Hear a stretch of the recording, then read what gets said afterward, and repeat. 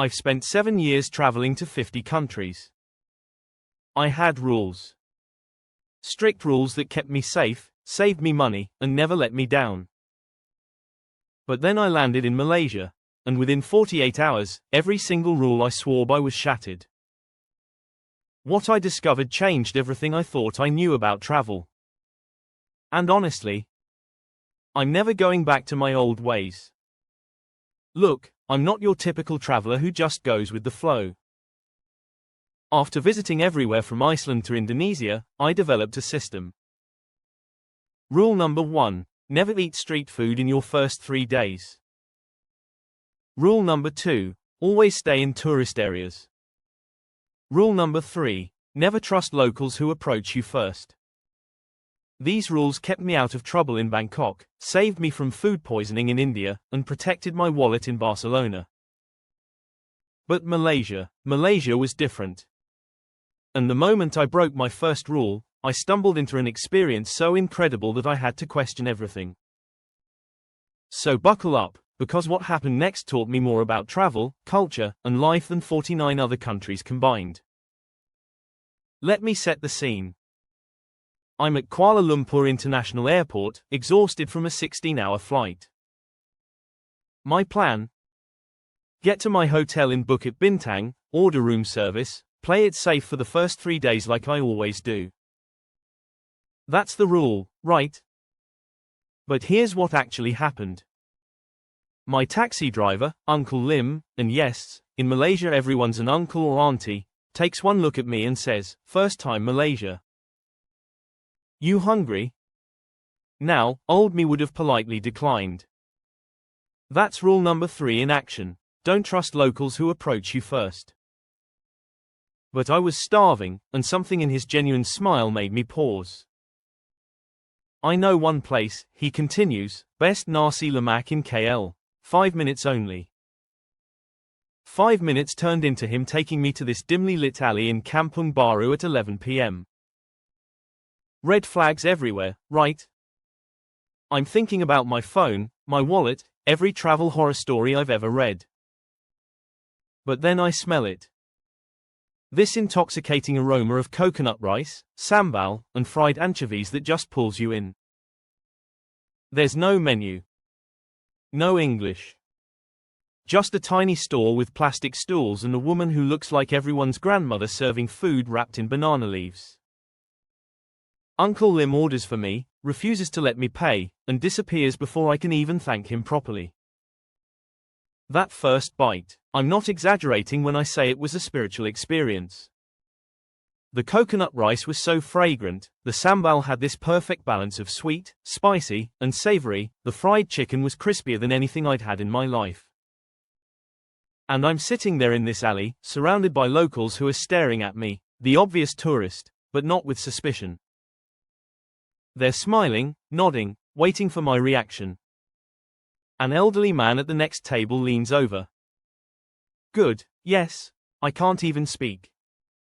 I just nod like an idiot with my mouth full. He laughs. Malaysia food is best food. You will see. Here's what blew my mind. This meal cost me 6 ringgit. That's about $1.30 United States cents. For comparison, my safe hotel room service burger would have been $25 and tasted like cardboard. But more than that, and this is the part that really shook me, I felt more connected to Malaysia in that 1 hour than I did to some countries I spent weeks in. This is where the revelation started creeping in. All my rules were designed to protect me from bad experiences. But what if they were also protecting me from the best experiences? The next morning, I woke up with a decision to make.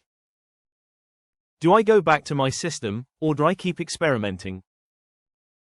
My logical brain was screaming, you got lucky. One good experience doesn't mean your rules are wrong. But something had shifted. I started paying attention to the travelers I met at my hotel.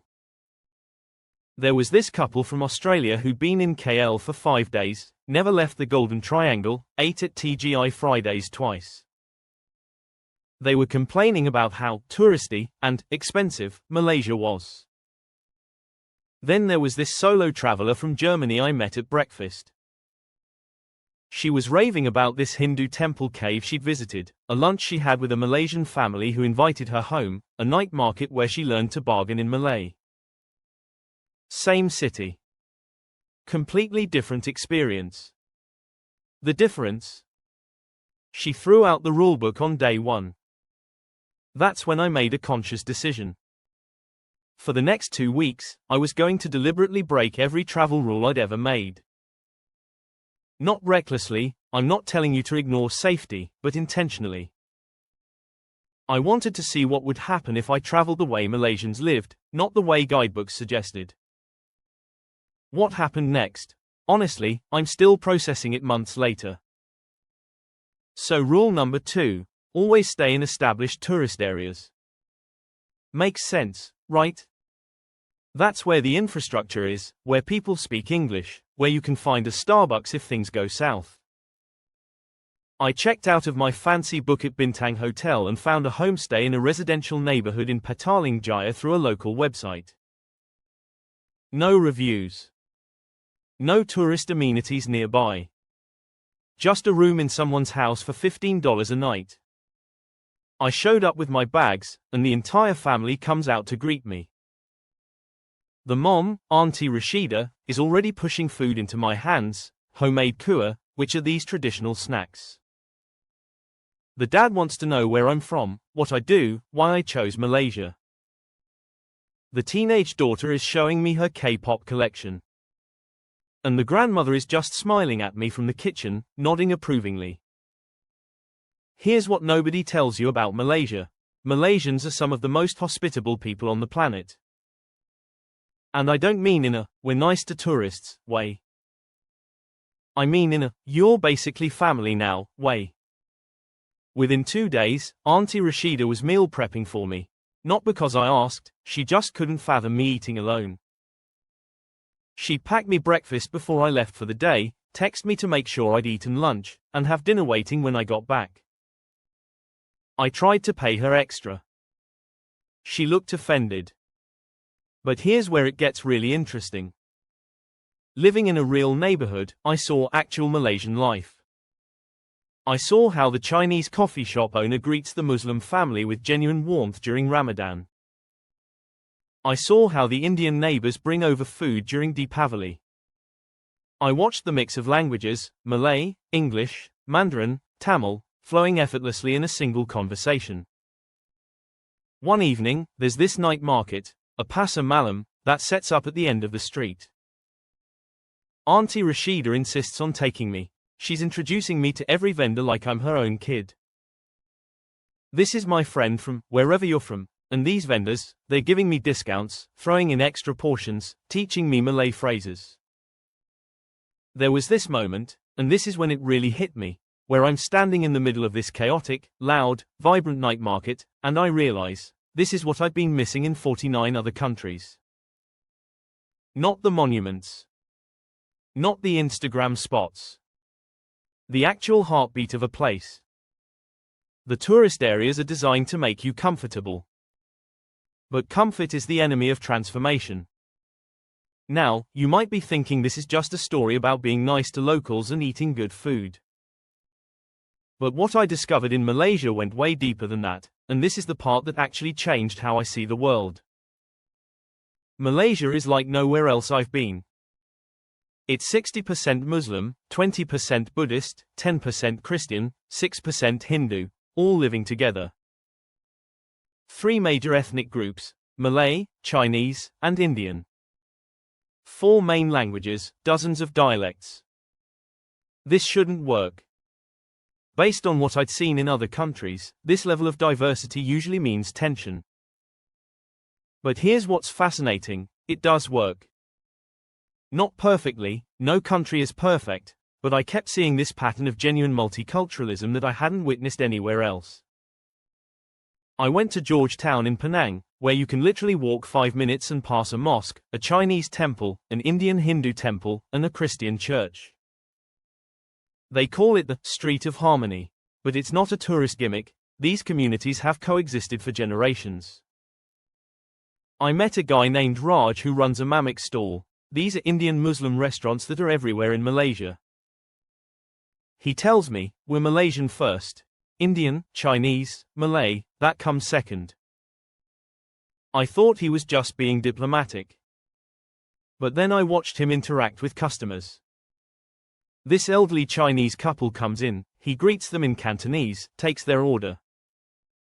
A Malay family arrives, he switches to Malay seamlessly. A group of tourists walk in, instant English. And he's not code switching in that strained way, it's fluid, natural, like breathing. Later that week, I'm in Malacca, and I stumble into a conversation with a history teacher. She explains something that finally made it click. Malaysia isn't a melting pot where everything blends into one. It's more like a salad. Everything keeps its distinct flavor, but together, it makes something better. And you can taste this, literally, in the food. Nasi lemak is Malay. Char kway teow is Chinese.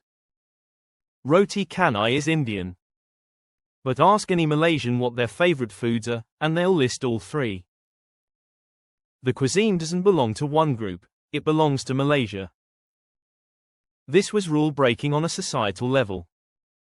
Everything I'd learned suggested that diversity leads to division. Malaysia proved that's not inevitable. Remember rule number 3. Never trust locals who approach you first. This is Travel 101, right? Every guide tells you this. They want to scam you, sell you something, lead you somewhere sketchy. But Malaysia kept forcing me to confront this assumption. I'm in Kuching, Sarawak, that's Malaysian Borneo, which by the way is breathtakingly beautiful and criminally underrated. I'm standing outside a cafe, obviously studying my phone trying to figure out directions, and this guy walks up. You look lost. Where you going? Red flags. Every alarm bell. This is how it starts. But I remember Uncle Lim, I remember Auntie Rashida, and I think, what if I'm wrong about people? I'm trying to get to Baco National Park, I tell him. Very far. The bus is not coming today, it's a holiday. I can drive you. No charge. Okay, now the alarm bells are deafening. But here's what I did differently. I engaged with curiosity instead of suspicion. Why would you do that? He shrugs. I'm going that direction anyway. Plus, you're a guest in my city. We take care of guests. His name was Daniel. He drove me an hour out of his way, gave me a complete tour guide narration of the area, stopped to buy me local snacks, refused money, and when I insisted, he finally said, okay, just buy me one coffee. On the drive, he told me about something called Malaysian hospitality culture. It's this deep-rooted value where taking care of visitors isn't transactional. It's a matter of pride and identity. If you leave Malaysia with bad memories, we feel we failed as hosts, he explained. Now, I tested this. Multiple times. Because I'm a skeptic at heart. In Ipoh, I got lost trying to find cave temples. An old man on a motorcycle insisted on leading me there, on his motorcycle, for 20 minutes, then waved goodbye before I could thank him. In Cameron Highlands, my bus broke down. A family in a car pulled over, made space for me and 2 other stranded tourists, drove us to our hotel, refused payment. In Langkawi, I was clearly struggling with a heavy backpack in the heat. A woman pulled over, offered me a ride, and when she found out I hadn't eaten, took me to her favorite lunch spot and paid for my meal before I could argue. Here's the pattern I noticed. I wasn't special. This wasn't happening because I'm a foreigner. I watched Malaysians do this for each other. The hospitality wasn't performative, it was cultural. And this is where my rules really started crumbling. I built walls based on worst-case scenarios from other places. But those walls weren't protecting me in Malaysia, they were isolating me from authentic human connection. My last few days in Malaysia, I ended up in the Perhentian Islands. Crystal clear water, white sand beaches, the whole paradise package. But even here, the lesson continued. I met a dive instructor named Ahmed. We got talking between dives, and I told him about my rule-breaking experiment. He laughed and said something I'll never forget. You know what your problem was? You were traveling like a tourist. Tourists follow rules. Travelers follow curiosity. That hit different. He continued, rules are made from fear. Curiosity comes from openness. Malaysia doesn't work for fearful people because we're too complex. You can't reduce us to a guidebook. And he was right. Malaysia is contradictions that somehow make sense. It's deeply religious yet incredibly secular in practice. It's traditional yet modern. It's developing yet sophisticated. It's Southeast Asian yet totally unique. You can't put it in a box. The country forced me to hold multiple truths at once. Yes, you should be cautious traveling, and most people are genuinely good. Yes, you should research, and the best experiences are unplanned. Yes, you should have boundaries, and walls keep out the beauty along with the danger. On my last night, Auntie Rashida's family threw me a goodbye dinner. The entire neighborhood showed up. People I'd only waved to brought food.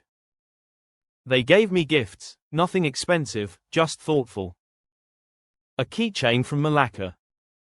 A bookmark with a Malay proverb. A jar of homemade sambal.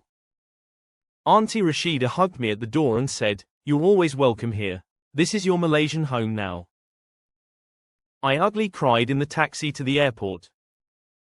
So here's what Malaysia taught me after 50 countries. My rules weren't protecting me, they were limiting me. There's a difference between being cautious and being closed off.